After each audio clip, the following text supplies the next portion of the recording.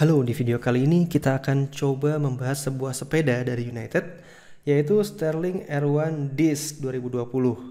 Jadi sepeda ini adalah salah satu sepeda yang bisa dibilang dia ini menjadi salah satu opsi buat orang-orang yang mencari sepeda road bike dengan remnya itu disc brake dengan full hidrolik lagi, seperti itu. Jadi sepeda ini dibanderol dengan harga sekitar 24 juta. Ini harga retailnya ya, 24 juta, walaupun di toko lain mungkin harganya bisa naik bisa turun. Di harga segini dia bersaing dengan dari Polygon ada S7 dan S8 disc tentunya, yang dua-duanya pakai disc. Cuman bedanya kalau S7 ini masih mechanical, S8 ini sudah full hidrolik juga. Seperti itu. S7 ini di harga 21 juta, S8 itu di harga sekitar 27 juta. Atau kalau dari Pacific dia juga ada saingannya, itu ada di Pacific Wiz, itu harga di 20 juta 500. Dia sudah full hidrolik juga. Oke. Secara umum sepeda ini udah kelihatan oke banget sebenarnya ya, terlihat sangat sporty. Bodinya sudah, framesnya tuh sudah karbon gitu ya. Jadi kalau kita lihat di sini ini sudah karbon semua framenya. Terus forknya juga dia sudah karbon juga. Terus seat postnya juga sudah karbon. Jadi untuk sebuah sepeda sport ini sudah hampir karbon semua sih. Walaupun ternyata belum semuanya juga, karena ternyata untuk kokpitnya ini, headsetnya ini masih alloy gitu. Jadi kalau kalian mau nyari yang full karbon ya nggak ini sih, ini masih alloy ini untuk headsetnya, seperti itu. Sayangnya di website ini nggak dijelaskan secara jelas berapa sih bobot maksimal lah, bobotnya lah dari sepeda ini secara keseluruhan gitu ya. Jadi kita nggak bisa sampaikan di sini. Kalau kalian ada yang tahu bobotnya berapa, boleh dong ditaruh di komen. Terima kasih banyak. Lanjut, tadi sudah di framenya, di bodinya. Sekarang kita lanjut ke grup setnya. Jadi untuk grup setnya sepeda ini menggunakan, kalau kita lihat di sini, dia itu menggunakan 105 semua. Jadi sudah hampir semuanya 105 R7000. Ini 105 sudah yang terbaru ya. 105 R7000 ini dia sudah 11 speed, depannya sudah 2 speed. Jadi totalnya ya 11 kali 2 22 speed. Oke. Rear derailleurnya juga sudah 105, frontnya juga 105, shifternya 105, casetnya 105, hampir semua 105 kecuali bottom bracketnya. Itu dia pakai FSA, bukan Shimano berarti. Tapi FSA juga sebenarnya bukan merek yang jelek juga, jadi nggak ada masalah sih. Chainnya dia juga pakai KMC X11. Oke. Yang perlu kita perhatikan di sini itu adalah rear derailleurnya. Rear derailleurnya di sini kita lihat dia pakai 11 speed, dimana caset yang digunakan, caset itu belakangnya ya, apa namanya, gigi yang di belakang itu dia pakainya 1225. Dari sini kita bisa lihat dia pakai 25 terbesarnya di sini. Ini bisa menggambarkan beberapa hal. Pertama, dia pasti berarti rear derailleurnya dia pakai yang seri SS. Maksudnya apa? Ini yang seri short.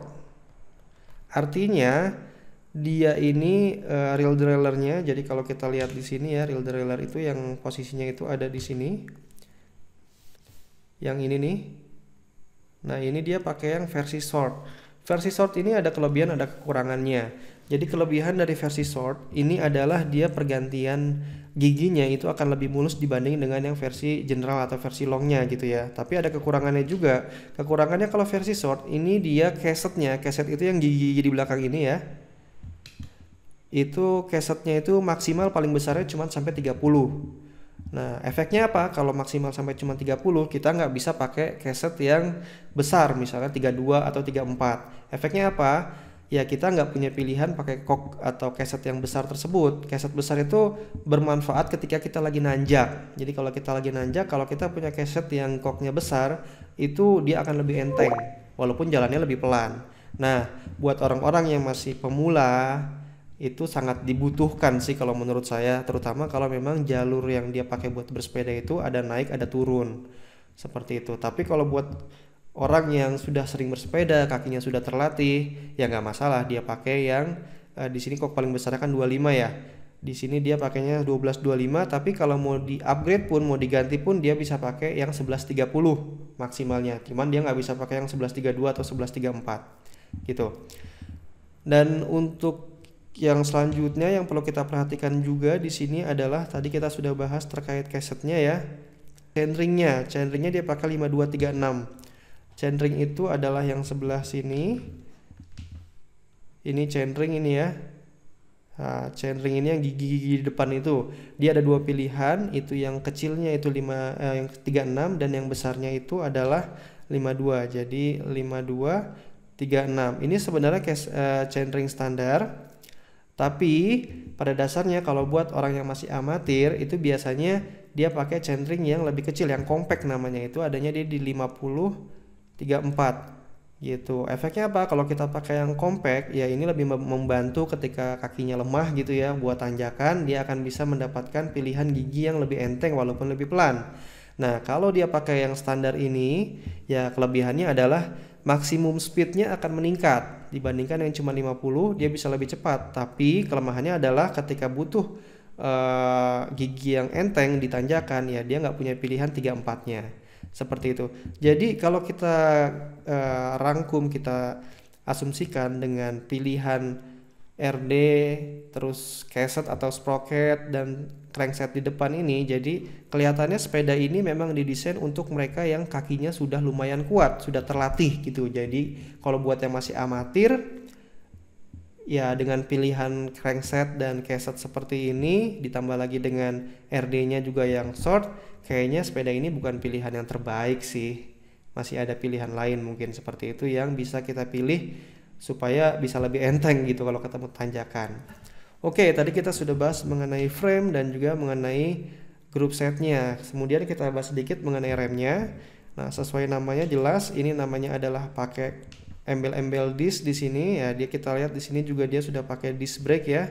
Dan disc brake untuk 105 ini sudah full hidrolik. Artinya dia nggak menggunakan kawat lagi antara shifter atau brake lever ini dengan remnya gitu ya, dengan disc brake-nya, tapi dia sudah menggunakan hidrolik atau cairan semacam oli gitu. Efeknya apa? Efeknya adalah tenaga yang dibutuhkan untuk memencet lever ini menjadi lebih sedikit dibandingkan kalau pakai kawat. Jadi lebih enteng mencet si levernya. Seperti itu. Nah, kalau disc brake sendiri dibandingkan dengan U-brake yang standar tentunya memiliki kekuatan untuk berhenti lebih baik, terutama ketika di medan hujan. Jadi kalau untuk masalah pengereman, sepeda ini udah oke banget sih menurut saya. Jadi kalau misalnya kalian punya jalur sepeda yang banyak turunannya agak mengerikan gitu, ini remnya sudah oke. Oke, tadi kita sudah bahas mengenai frame-nya, kemudian kita bahas mengenai group set-nya dan remnya juga sudah. Selanjutnya satu hal yang tinggal sisa kita bahas adalah masalah wheel set. Wheel set ini adalah ya apalagi kalau bukan roda-roda ini ya. Sayangnya memang di website ini nggak terlalu jelas menggambarkan dia wheel set-nya itu pakai apa gitu ya. Cuman kita lihat di bagian sini bisa terlihat. Dia untuk rimnya ini dia pakai Sterling komponen, artinya bukan pabrikan yang terkenal. Jadi kayaknya sih nggak bisa terlalu diharapkan. Ini menjadi salah satu hal yang subjek untuk di-upgrade. Walaupun saya juga nggak bisa bilang ini jelek karena saya nggak tahu juga, gitu. Untuk bearingnya dia sudah true axle. True axle ini semacam kayak quick release, jadi bisa gampang dicopot pasang rodanya. Tapi kalau yang quick release itu untuk rim brake, kalau untuk yang disc brake itu namanya true axle, seperti itu. Kemudian kita lihat di sini dia sudah pakai Maxxis high road di sini ya, dan lebarnya itu 25 cm itu standar lah buat sepeda road bike gitu ya. Pilihan lainnya sih di 23 ataupun 28, tapi 25 ini ada di tengah-tengah, jadi oke aja sih, seperti itu. Terus di bannya salah satu hal lainnya yang bisa kita lihat di ban juga menempel itu adalah ini disc brake-nya. Jadi kalau kita lihat disc brake-nya di sini kita bisa lihat dia pakai 140. Nah, ini sudah oke juga sih, nggak ada masalah. Gitu.